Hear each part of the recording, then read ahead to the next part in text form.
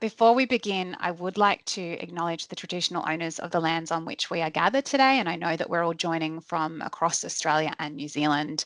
So we pay our respects to elders past, present and emerging.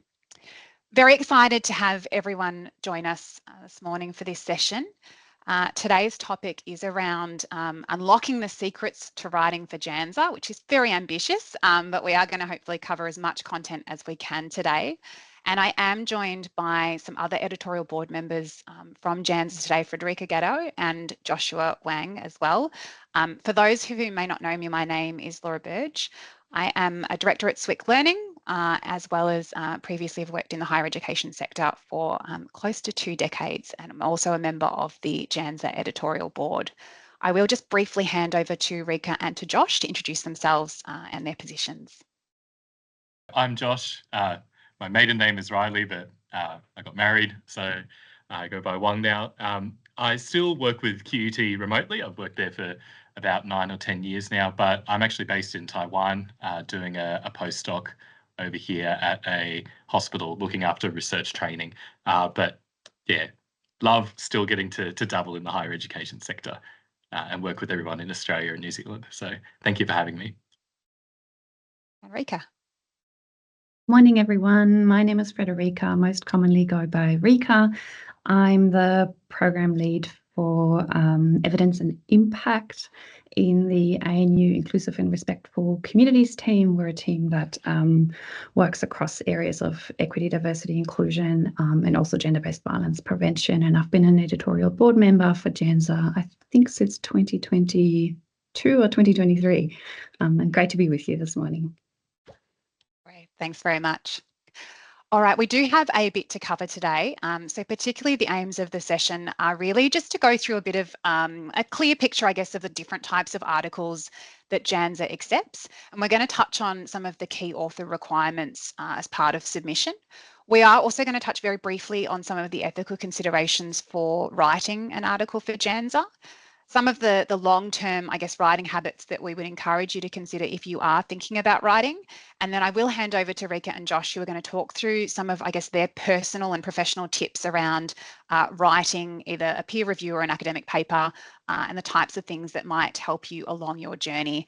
And finally, then we will open up to question and answer. Happy to take them at any time as well. So please pop them in the question and answer, and we will certainly get to those at any stage. One thing I guess I always like to cover when I present on any topic really is just to really also paint a picture of what we won't be talking about today. So what we won't be doing is really going into, I guess, huge amounts of detail about the structure of a paper. And the main reason for that is that we will have some follow-up sessions from JANZSSA specifically on those topics. So a session that we have coming up in May with our editor-in-chief, Carolyn Ruckart, will be on specifically how to write a professional paper. So that's why we won't be going into the level of detail today about what that looks like. We also won't be going into sort of those detailed guidelines on how to structure a paper and in terms of, the specific sections. But again, we may have future sessions on that topic. We won't cover referencing with any great detail, and we certainly, unfortunately, won't have time today to test out any specific ideas or concepts. However, Megan Posey will be running some additional sessions later on this year where what we're calling our writing workshops, where you will have the chance to come along and really get into the sort of the nitty-gritty and test out your ideas and put some pen to paper basically to see if there's something that you can contribute and that you can pull together in terms of a paper for the future. So lots more to come in this space. The other thing to note is that we are always very open to feedback about the types of topics that you would like to see covered. So if there is a particular, whether it's very general and very broad or whether it's very, very specific, we would really love to hear from anyone who is interested in terms of the types of topics that they would like to see covered. And we can bring in specialists on that topic or other editorial board members, certainly with those skills and expertise. Before, I guess we wanted to delve into it. I mean, it's fantastic to see that there are so many who are actually interested in writing in the near future. For those that perhaps, are still sitting on the fence, we really do encourage you to consider the opportunity. And I'm particularly myself passionate about professional staff writing journal articles, because there is just so much that you personally and professionally can benefit from the experience, but also there is so much that we can do to benefit the sector and the industry. So, I mean, as would be expected, you get a huge amount from writing for a journal and writing a paper in terms of your own skill development and getting back into the habit of writing in the style of a journal article. Secondly, there really is a lot to gain from the connection piece in terms of actually connecting with other authors or connecting with other people in the sector who are also writing or who are interested in your work and who may reach out to you post having written a journal article. And equally, there's so much you can gain from knowledge sharing. So from sharing the work that we're doing across the space and having others learn about different programs and practices of work, and perhaps some of the challenges, the opportunities and the lessons that we've learned, so that they can go on and build upon that program of work there. The other piece, I guess, that again is of huge value is around that profile piece. So in terms of, you know, elevating your own profile and receiving recognition, I guess, and acknowledgement of the work that you are doing in this space, and really elevating your profile in case, you know, down the track you are looking for a new career opportunity or something else that you might be wanting to do in the space. In terms of why choosing JANZSSA, and why you would specifically choose to write for JANZSSA, there are a number, I guess, of key reasons, and certainly why I think that JANZSSA is a great journal to consider writing for. The first being that it is international. So whilst it has a target audience of Australia and New Zealand, the fact that it is open access means that it is read globally and that anyone from around the world can access the articles that are published. It is peer reviewed and it is considered a scholarly online journal. So it really is held in high regard by those who are working across this space, particularly in the student services field. The other piece to note there is it does publish, I guess, a range of articles. And I think this is particularly critical for those staff who perhaps are working in the professional services area, and that often writing for a journal can feel like an incredibly daunting task, particularly if you haven't got sort of the reams of either research or academic data that you're working with. This journal very much does enable staff to write of their own practical experiences of applying concepts or applying new ideas or innovations as part of those, particularly those professional papers. There is also an opportunity to write opinion pieces and book reviews as well. So we have quite a range of options for contributions. We also have another new section that will be coming up very shortly called Voices from the Field, which we are hoping to see, again, a number of sort of new or first-time contributors take advantage of, and we'll have more details to follow of that in coming weeks. As it notes there, and as it sort of says in the title of the journal, our primary audience is student services practitioners and researchers. So there's quite a breadth of audience, but really, you know, that there are a variety of people who are accessing the journals and certainly finding value in the papers that are being published there. And I guess the other key piece too is that we do not charge at all for article processing or submissions or anything of the kind. So it really is a journal that has so much accessibility for anyone who is wishing to have published pieces of work. A couple of, I guess, key pieces of information. And again, these are quite basic in terms of like your 101 things that you need to know if you are thinking about writing for a journal. But the first is really about accessing the resources that we have on the web page. So if you haven't already done so, jumping onto the JANZSSA web page and looking at the submission guidelines and the formatting requirements. And there's quite a bit of information on there about the various different pieces of information that you need to know in order to be able to submit. On that page, you will also find, and these are particularly helpful, are templates. So there are templates for both academic papers and for professional papers that you can download and use as a starting point if you are thinking about writing for JANZSSA. The other thing to note is really around the submission, the peer review, revision and acceptance process. So the publication process that you will need to go through if you are thinking about submitting. We will provide a copy of these slides too to anyone who is in attendance today so that you have access to all of these links as well for the future. In terms of the submission guidelines, what that particular web page will go through is some information around what is considered suitable content, what we deem in terms of quality submissions, the document format. One of the other key pieces is around article length And it's certainly important to note that there is that 3,000 to 7,000 word limit. So particularly in this case, if you do write over 7,000 words, it is likely that it won't be accepted. So please do stick to the word limit that is required for JANZSSA. The other pieces that you will need to submit is around your abstract and keywords, as well as around page layout and referencing. So please keep that in the back of your mind as you are starting to write. It's those little tiny bits of details that certainly make it easier for anyone who is reviewing your article to go through that process.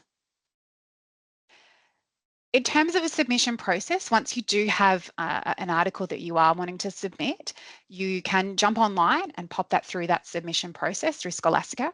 And there will be, I guess, this process that you follow in terms of the next steps. So post submission, you will receive acknowledgement and there will be an initial review of your paper to ensure that it is actually relevant and obviously adheres to the policies of JANZSSA. And that will be done by the editor-in-chief. From there, it will then be reviewed for quality adherence to the guidelines and any technical issues by an associate editor who, depending on the next steps, it will go out for peer review to a member of the editorial board. And then there will be a process of either acceptance, revision and resubmission or rejection. So bear that in mind that could go through sort of a variety of pathways depending on your article itself. In terms of some of the ethics in journal writing, and I think this is something that's probably become more pressing in recent years, we do have some sort of general guidelines around the ethics component. So the first off is that regardless of whether you are writing an academic paper or a professional paper, you do need to consider whether ethics is required. So if you are using data of any kind, particularly if it relates to human participants, then you must have ethics approval and ethics clearance. And normally that is from your university or your institution from which the research study is from. Now that can be, I know, really, really tricky for professional staff, but it is important that you're aware of that before you start writing or before you start any of your process in this space. If you are unsure and if you are sort of unclear about whether ethics is required, you are welcome to reach out to JANZSSA and we can provide advice on that. A couple of other pieces to note is around just plagiarism and self-plagiarism. And I know this is particularly tricky when it comes to the use of AI. So do bear in mind that it is really important that for obvious reasons you are referencing where required and certainly that you are not using AI to completely write your own paper. It's also important that you have data integrity so that you ensure accuracy and transparency in reporting any findings and that you do declare any conflicts of interest. So if you are receiving funding or if you have any affiliation that may impact or affect your interest in terms of publishing an article. Just to give you, I guess, a general overview, and I do want to highlight that this categorization that we have on this PowerPoint slide is very general in nature. And by that, I mean, this is a rough guide to where your article or where your topic might fit, but that we can provide advice on a case-by-case basis if you're not sure where your idea best fits. So please use this as a general guide, but it isn't necessarily, black and white in terms of where these sorts of things fit. So as you can see there, for a professional paper, it very much is around sharing insights, experience, and the practical application of any work that you're doing, as opposed to a peer review paper, which is more around that original research theory, scholarly knowledge side of things. In terms of an audience, a professional paper is very much targeted towards practitioners or professionals in the space, unlike a peer review paper, which is generally more for academics or researchers or scholars. Similar with an evidence base, often a professional paper is based on professional experience and case studies and examples of best practice, whereas a peer review paper is more likely to be grounded in research, data analysis, and have more citations from scholarly sources. It's not to say that a professional paper won't have that element, but perhaps not to the same degree. Structure-wise, and again, this comes back to the templates that we have available on the web page, but the structure of a professional paper can be slightly more flexible. So there can be, I guess, movement around the types of headings that you might have or the kinds of content that you include. So there may be, as it says, there's some personal insights, some results, discussion, conclusions, studies, personal recommendations and the like, whereas a peer review paper is a lot more structured generally in terms of the sort of the key subheadings that are required to be included. In terms of impact, a professional paper is generally going to directly influence professional practice and policy, whereas a peer review paper is more likely to advance academic knowledge and inform future research. And again, very much general in nature, but hopefully this may give you an idea of where your concept or your idea may best fit.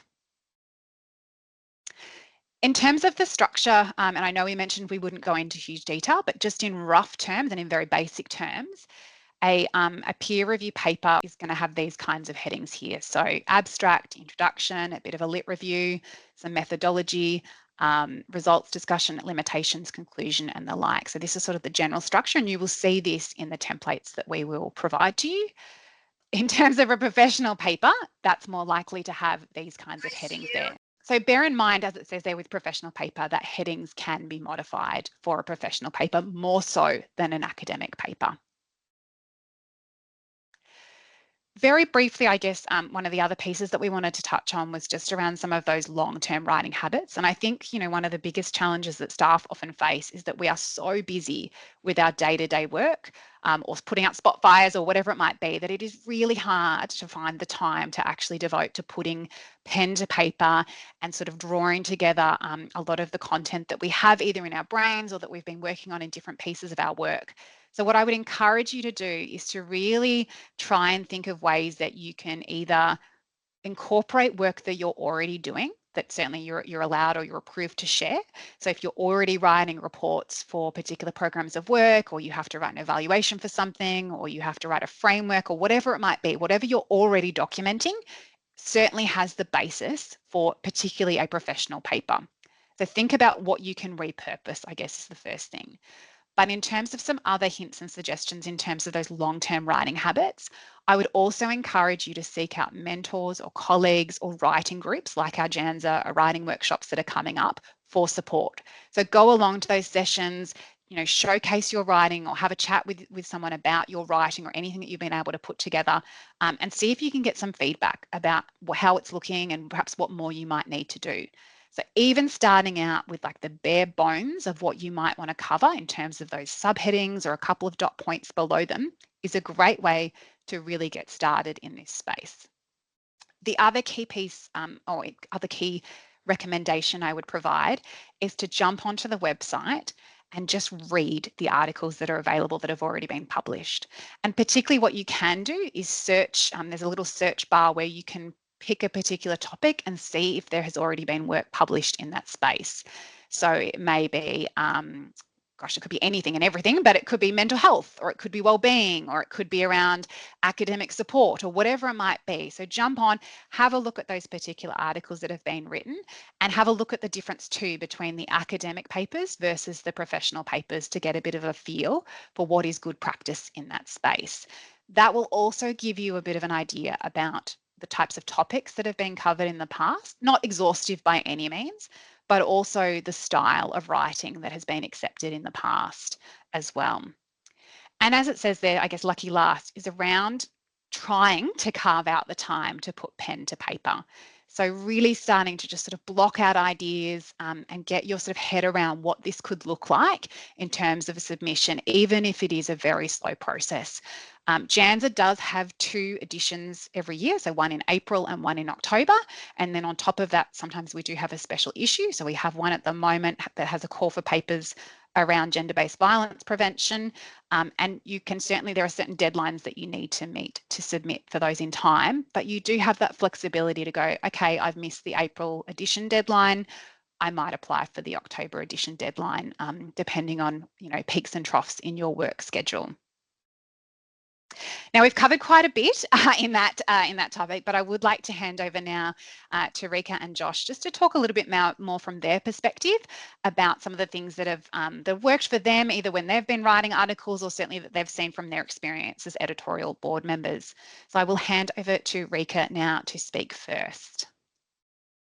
Hi everyone, and thanks Laura. I suppose when Laura asked me to put some tips together, I was really trying to think of the sorts of things that help me and that have helped me. So I was trying to keep it really practical, but the first thing that came to mind was that as practitioners, I think we're quite often we might be interested in writing about an initiative or a program that we're working on, and it can be really tempting to try and include every aspect of that initiative and of that program. And so that's where that first, I suppose, tip from me comes from, is around keeping it focused. So not just thinking about what sort of program or initiative you'd like to write about, if this is about, for instance, a professional paper, but really what aspect you would like to hone in on. And sometimes there might be several papers within a particular initiative or program as well. So just as an example, one of the initiatives we're working on here at the ANU, we've sort of mapped out different ways in which we can talk about that particular initiative. So we've published a professional practice paper on that particular initiative, but there might also be scope to talk about the evaluation aspect of that initiative as part of a peer-reviewed submission. There's a peer education component within that program. So again, that might be a sort of a standalone focus of a particular paper, and really resisting the temptation to cram everything into the one paper, which just makes sure that, yeah, it's a clear, well-defined focus, and you're also less likely to exceed the word limit. The second piece of advice is around really giving yourself a chance to find time for writing.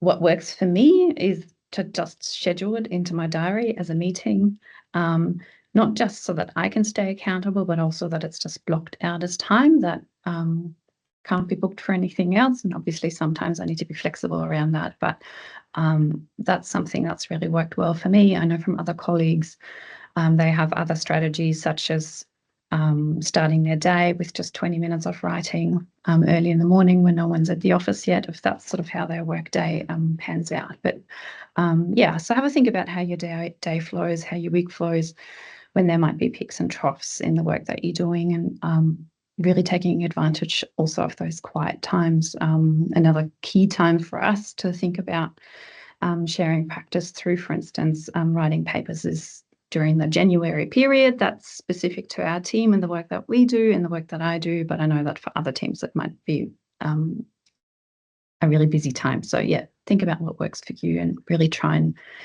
give yourself those opportunities through blocking out that time.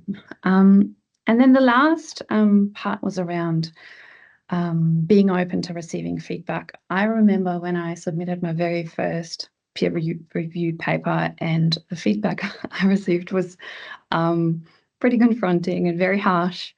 And I think I was lucky to be writing with colleagues who were a lot more experienced, but it could have been very disheartening to go, oh, you know, I gave it a go, and now I need to make all these changes. But it's really an opportunity to take a step back, to consider the feedback, and see where you can improve. And I think that's one aspect I really value about the JANZSSA journal, that there's really a spirit of appreciation, of generosity among the editorial team, to really ensure that you are provided with feedback that's constructive and helpful, and advances, yeah, your opportunity to get that paper in successfully.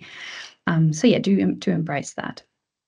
Thanks, Rika. And I think, I would wholeheartedly agree in that as editorial board members, we want to see your article published. We really want to see it, go through the stages of submission. And so we are certainly, any feedback that we do provide is not intended to be critical. It is very much around helping you to get to a point where your article is ready to go.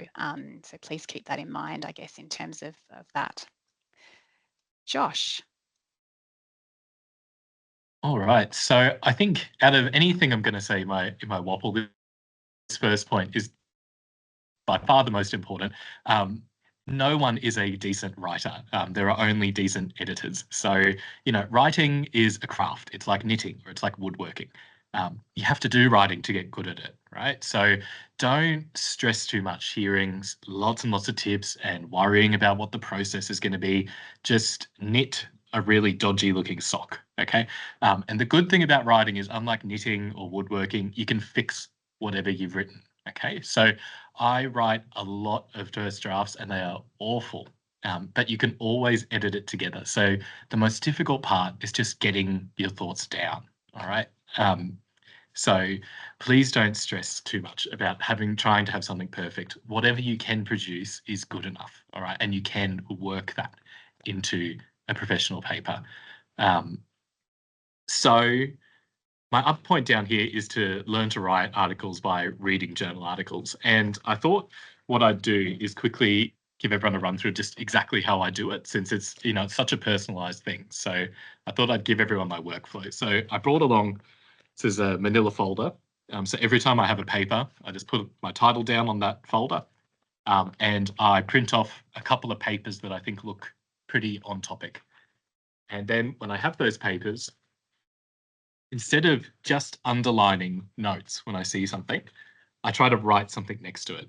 So if I find an interesting piece of that article, I try not to just highlight, I try to write down why I'm highlighting that section, right? Why is that sentence important? How does that sentence help with your paper? Just write a few words down, right? And it can be, really dodgy, bogan English. I have a lot of WTFs that go into these articles.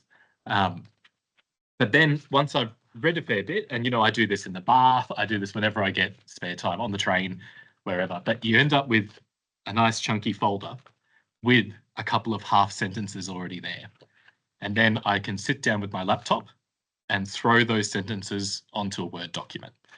And as a general rule of thumb, in terms of how to order those different points that I put down, I try to follow this hourglass type structure. So I know we're not talking too much about structure today, but I thought this might be useful for everyone, in that when you're writing an academic piece or a professional paper, you're broadly following this shape on the right here.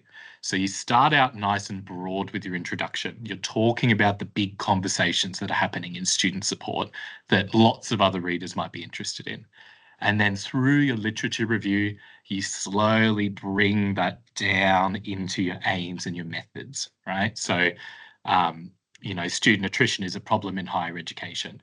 International students have higher rates of attrition. International students struggle with academic writing. There are currently no support programs in place for international students with caring responsibilities. So it gets more and more specific until you drill right down into what your program is doing or what's special about your paper. And so that's what the middle of that diagram is. And then you present your data or your results, and then the discussion brings that back out. It links what you've written back to the broader literature and shows what you've contributed to the conversation. So feel free to keep the hourglass model in mind. I've had students before tell me this is the double Dorito model. So whatever works. But yeah, so I just take my file full of half-written notes that I've written down, and I think about, is that a generic piece of information or is that something quite specific? And I slowly start to order it together. And then I can put some subtitles in, and only once I get quite close to finishing it does it look like anything resembling English, right? And I can start to get some paragraphs going. So that's just how I do it personally. But I think the only universal piece of advice I have is that any writing is better than no writing. Right? So just have a go and it will be fine, and you can improve and polish whatever you get down. Thank you, Josh. So we wanted to leave as much time as possible today for question and answer. Is there anyone that had any questions about the content that we've talked about today, or any questions that you have about the journal or in any kind, any content that we haven't covered today? I probably can't necessarily give a definitive answer for that. It would be on a case-by-case basis, but certainly I know that Carolyn, our editor-in-chief, is particularly, wants to ensure that there has been a proper process that's been followed in order to obtain any kind of data or any survey information. So what that would mean, I guess, is reaching out to JANZSSA and having a conversation about that specific initiative that you're talking about, particularly if it's already happened in the past. If it's something that you haven't done, then certainly it would be about going through your institution's ethics approval process, which can be quite, openly, it can be quite laborious, particularly for professional staff who are not used to completing that level of detail in terms of that survey data. And it's not something that we have had to do And you certainly don't have to do it if it's not data that you're sharing beyond your own institution. But certainly if it would be important to reach out and have that conversation, I guess, directly about the kinds of information that you are sharing. Because if it does have any sort of human participants or sensitive data, it likely will need ethics approval. The only other thing to consider is whether you can speak to the program of work perhaps that you're talking about, or the initiative, without sharing the data. So perhaps it's more about sharing the process that you used, or it's hard not knowing necessarily, but as an example, I can think of, certainly there was a paper that I published recently around an online module that we had for placement students around the prevention of gender-based violence. And because we had initiated this process of creating the online module and seeking student feedback, but we didn't go through ethics, what I had to do was speak more to the development of the module and what we did and how we consulted with students and staff and external experts, rather than necessarily the feedback that we gathered from participants who completed the module, if that makes sense. So I wasn't sharing any sort of confidential or sensitive data or any evaluation feedback. It was more about the process that we followed to create the module, if that makes sense. Joshua, I can see you've got your hand up. You want to jump in? Yeah, I just wanted to add to Rebecca, even if it's, worst case and you do end up needing ethics approval for this, it can be the case, particularly when you're dealing with historical data that's already been gathered, that it might go through a lower level of ethics clearance. So it might even be an exemption, a human research ethics exemption. So it's actually a lower standard that could be needed. And the other thing I would say is ethics can be really difficult the first time you do it. But if you're in the same institution and you want to do research in the future, a lot of that can get copy and pasted over. A lot of those forms, not much will change. So it could be worth the time investment to just do it once. And then you've got it there for future. Yeah. But I agree with everything Laura said as well around being able to restructure to potentially avoid having to do it as well. Yeah. To give you an example, I did a project a couple of years back looking at just student grade data. So it was large scale, anonymized, and we were just looking for patterns in student grade data within a couple of subjects. And that went through a exemption, so a human research exemption. So it still had to be applied for, but the actual amount of work that had to be done for that only amounted to, I'd say, maybe 3 or 4 hours in total. In my case, obviously it differs for everybody. But yeah, it might not be as laborious as it sounds. Yeah. Thank you. I might just add to that as well. I could just think of if it's relevant, perhaps. I just came across an article yesterday, actually, that reported on student feedback data. And it was data that was initially collected for internal evaluation purposes, as it happens so often. So what the authors did to publish that particular paper is go to, I think what at their institution was called a retrospective ethics approval process. And because the data that they had collected was anonymous, it seemed like it was fairly straightforward, and then there was some limitations placed around that data. For instance, they weren't permitted to share any of the granular qualitative feedback because there could have been the potential for identifying participants. So as Joshua and as Laura have said, it may be required, but it may not necessarily be that hard barrier that you might think as well. Just one last thing to add on to ethics. I think it can be similar in terms of same as peer review, where we've got this fear that we're going to be judged and it's going to be really bad. Ethics committees work quite similar to journal editorial boards, where they actually do want to help you develop the project. So, I've submitted ethics applications in the past that have been really bad and I didn't know what I was doing, right? And they came back and they were actually extremely helpful and they worked with me to get it through. So if there's that psychological aspect where you're just really worried about being judged or anything like that, don't stress about that at all, because ethics committees in general, that's their job and they enjoy helping you improve the design of what you're doing. Yeah. I noticed, thank you, Jess, too. She's noted that a lot of universities will have basic training in ethics for staff members. So if that's something also you can explore, it's definitely worthwhile, regardless of whether it's something you're seriously considering or just that you want to gain more information or understanding about. I guess, Rika and Josh, I was going to ask you, perhaps as editorial board members who are reviewing some of these submissions, is there anything in particular that makes an article stand out from others, or that sort of makes it easier for someone to review? I suppose for me there are two things. One is very sort of personal to my own reading preferences, but as a reviewer, it does help a lot. And I think you highlighted that earlier, Laura, when the article does follow the required structure, and when it is has been checked and edited, because it then just means we can focus on the content and on the structure, and don't necessarily get distracted by format or by spelling, etc., etc. Noting though that any papers will later on still go through a copy editing process. So it doesn't have to be perfect, but I think the closest it is to being sort of in its final shape and something that you're really happy with, yeah, does allow the reviewers to really focus on the structure and the content, to be able to provide a really thorough review. That's probably more of a sort of a pedantic point. I think the other thing that really makes an article stand out is, and that aligns with the double Dorito model that Joshua talked about, is really having that broader focus, narrowing in on what you then talk about and then broadening it again, but also just having that common thread go through all the way, so that it's really clear from the start what is actually the aim of this paper and what are you looking to share.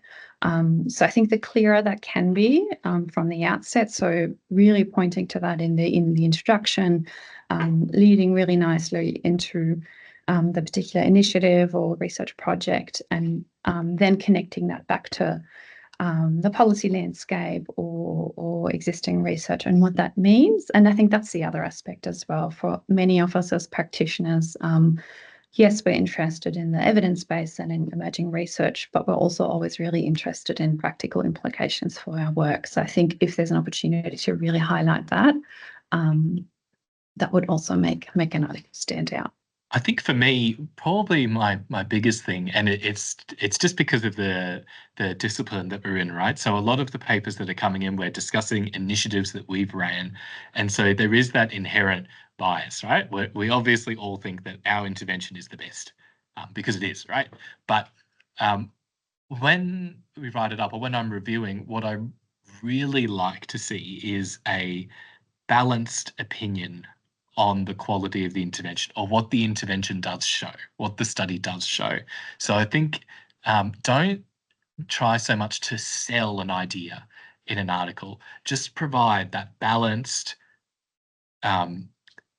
perspective on what it was and what it achieved. What didn't it achieve? That's fine. We're not selecting papers based on what is the best intervention. We're selecting papers based on what is a really rigorous description and analysis of that intervention. So I think that's a really important one to point out. So, you know, when I'm reviewing, if I see articles where the author acknowledges, oh, you know, we think this is great, however, we weren't actually able to test for this, or, you know, this wasn't covered in this, I really appreciate that level of transparency, and I can see that it's going to be quite a balanced, rigorous piece from that. So that's one of my favorite things to see. Yeah. Thanks, Josh. And I think that, I mean, it can be really challenging to write about perhaps our failures or the lessons that we've learned, but I think it is really critical that not every article needs to describe a success story either. Like, it can be around, we tried this and it didn't work, and so we're going to be doing this next time. So it can be, I guess, almost like a phased approach, where perhaps your first submission is something that you tried and didn't work, but when you speak about, you know, where you go to from here, it can be about, well, now we're going to look at trialing this, and, you know, we'll speak about this in a future journal article or a proposed future journal article. I'm conscious of time, and I do want to, I'm really big on giving people some time back in their day before their next meeting that they often have to go to. So I will just share some upcoming events that we've got on PD, just so that everyone is aware. So as I mentioned, and these will be promoted over coming days, but we do have a series of writing workshops that will be incredibly valuable for anyone who, as have noted in the comments, is really finding it hard to find the time to actually put pen to paper. So Megan, who is a superstar, will be running these workshops to basically give people the time to get in a session, to allocate that time and to actually start to write things. And she'll give you sort of, I guess, prompts and feedback as you're going along in order to get a bit of a picture about some of the ways that you can write or any sort of hints and tips that you may need. The other piece, as I mentioned, is around going into a lot more detail around writing a professional paper.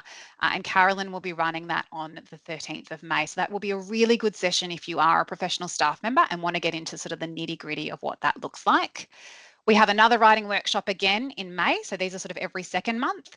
And then we do have a planned another PD session similar to today in June, where we are going to be inviting some previously published authors of both academic and professional papers to speak about their experiences of not only writing for the journal, but also that sort of submission process and what they've learned from that. So we're really hopeful that that will also provide potential authors with some hints and tips and ways to go about writing for JANZSSA. But we would love to know if there are any other topics you would like to see covered, if there's any other format that you would like to see us present these in. I will note that we do have previous PD sessions that have been recorded on the JANZSSA website.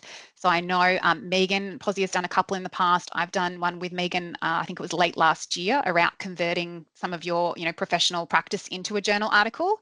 So please do access those and take some time, I guess, to watch those that have been recorded in the past. But if there is a topic that you would like to see covered in future, please let us know. And as you can see there, we do have the JANZSSA LinkedIn page where we will frequently, and I know Nina, I think, is on the call today, who is our journal manager. We will frequently put the call out for papers or advertise other opportunities that might be available. So keep an eye on, if you haven't already done so, please follow the LinkedIn page. That's really it for today. I'm very grateful to everyone's time for joining us, and I hope that this session has been of value.